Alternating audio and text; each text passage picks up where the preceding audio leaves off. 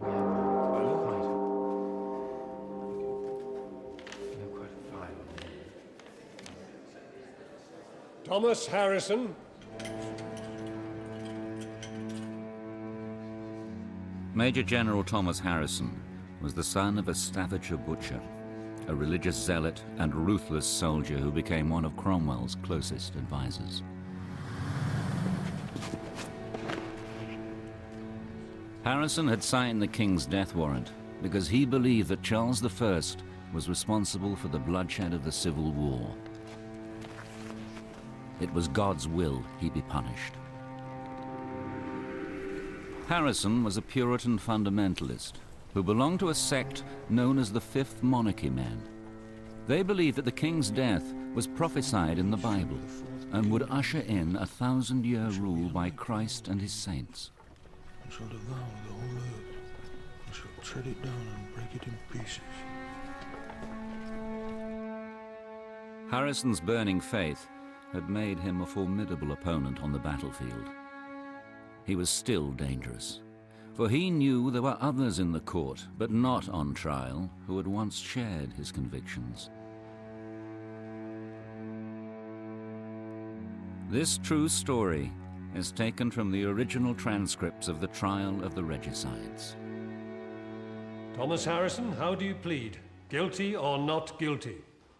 My lord, have I liberty to speak? There is nothing for you now but guilty or not guilty. My lord, I have been a close prisoner near these 3 months, and I've spoke to no one in that time, and yet you would now demand of me a legal answer?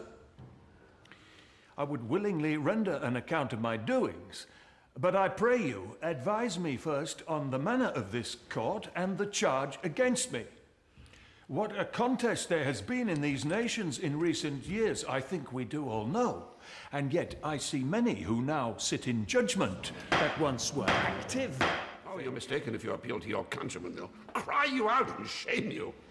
Maybe some will, my lord. But I'm sure there are others who will not.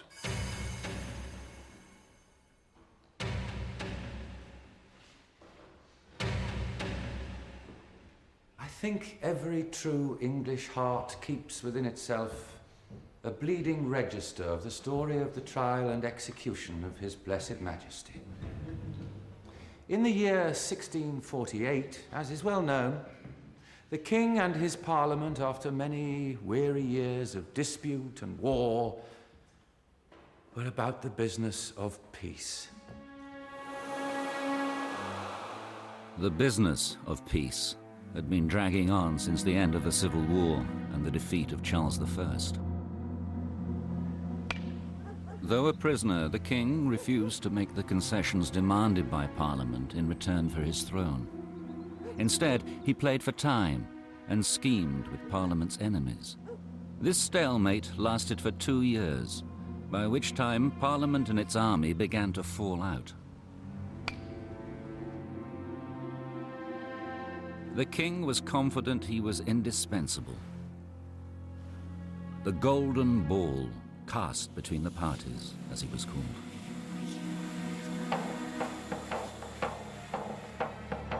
But all that changed in the summer of 1648.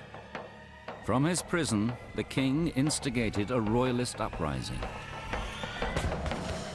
The royalist armies were defeated, but only after a second civil war, more brutal than the first. Thomas Harrison labeled Charles that man of blood, and the title stuck. He and other radicals believed there could be no end to the killing while the king lived. They seize upon the blessed person of our sacred king. They bring him to London, and they proceed to sit upon him, arraign, try, sentence, condemn, kill, I was about to say, crucify him. He, my lord, was the man who brought the king a prisoner up to London. He was one of those that sat upon him, sentenced him, signed the warrant, the bloody warrant to cut off his sacred head. All this and more we shall prove, and you shall see as clear as day the wicked malice of this insolent man.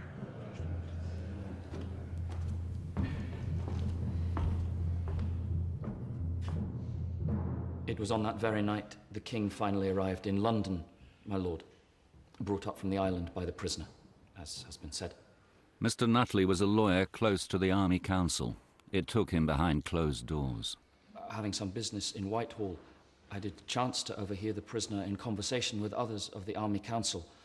He was telling all that had passed between His late Majesty and himself in the coach.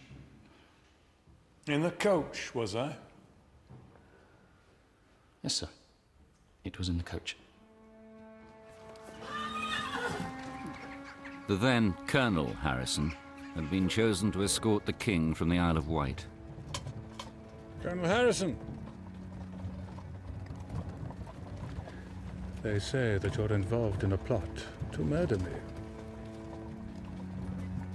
Harrison and his fellow revolutionaries had something more ambitious in mind: to prove in open court why the king must die.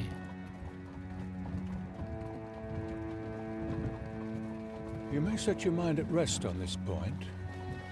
The Lord has reserved you for a public example of justice, and what is to be done will be open to the eyes of the world. This was not a thing done in a corner. The sound of it has been in most nations, I believe. Many a time, with tears and prayers, I have sought from that God to whom you and all nations are less than a drop of water of the bucket, assurances that the things that were done, though astonishing, yet they were of God. Will you then make God the author of your treasons? Remember, sir, where you are, in an assembly of Christians.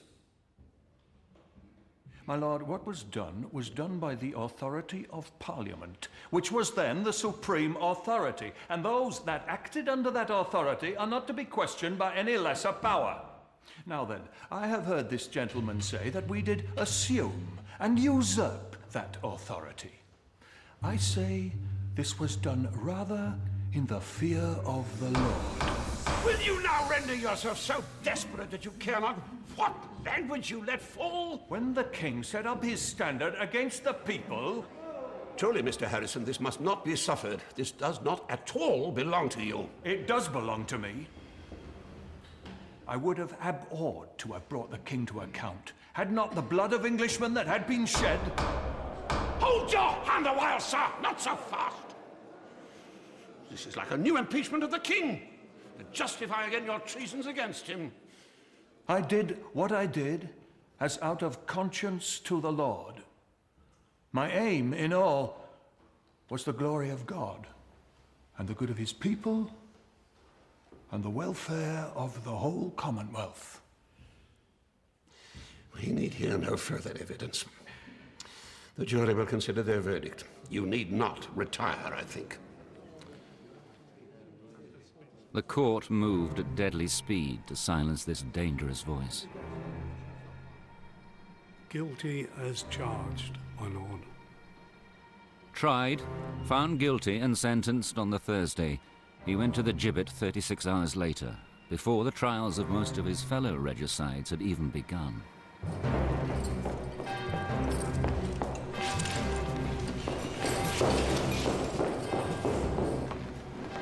You that are the prisoner at the bar, the judgment of this court is this: that you be led back to the place from whence you came, and then drawn upon a hurdle to the place of execution. And there you shall be hanged by the neck, and being alive, shall be cut down, and your privy members cut off, your entrails taken out of your body, and you living, the same to be burned before your eyes, and your head to be cut off. Your body divided into 4 quarters, and your head and quarters to be disposed of at the pleasure of His Majesty the King. And may God have mercy upon your soul.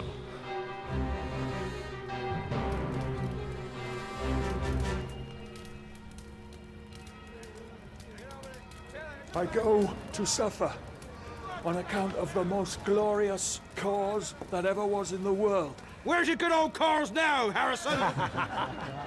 Here, in my bosom, and I'm going to seal it with my blood. Do not think that I'm afraid to die. This morning, before I came here, I've been much hurried up and down many stairs. I know not why, unless it be that they wished to waste my spirit before they brought me here.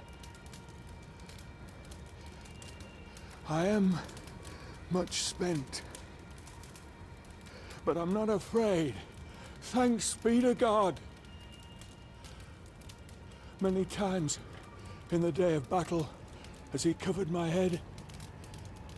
By God, I've leapt over a wall. By God, I've run through a troop. And by my God, I will go through this death, and he will make it easy to me.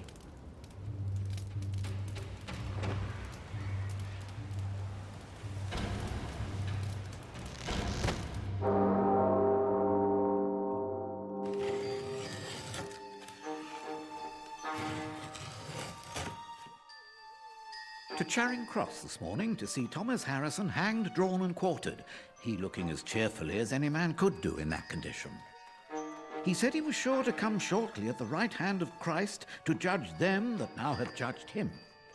Thus it was my chance to see the king beheaded at Whitehall and to see the first blood shed in revenge for the blood of the king at Charing Cross. Within all afternoon, setting up shelves in my study.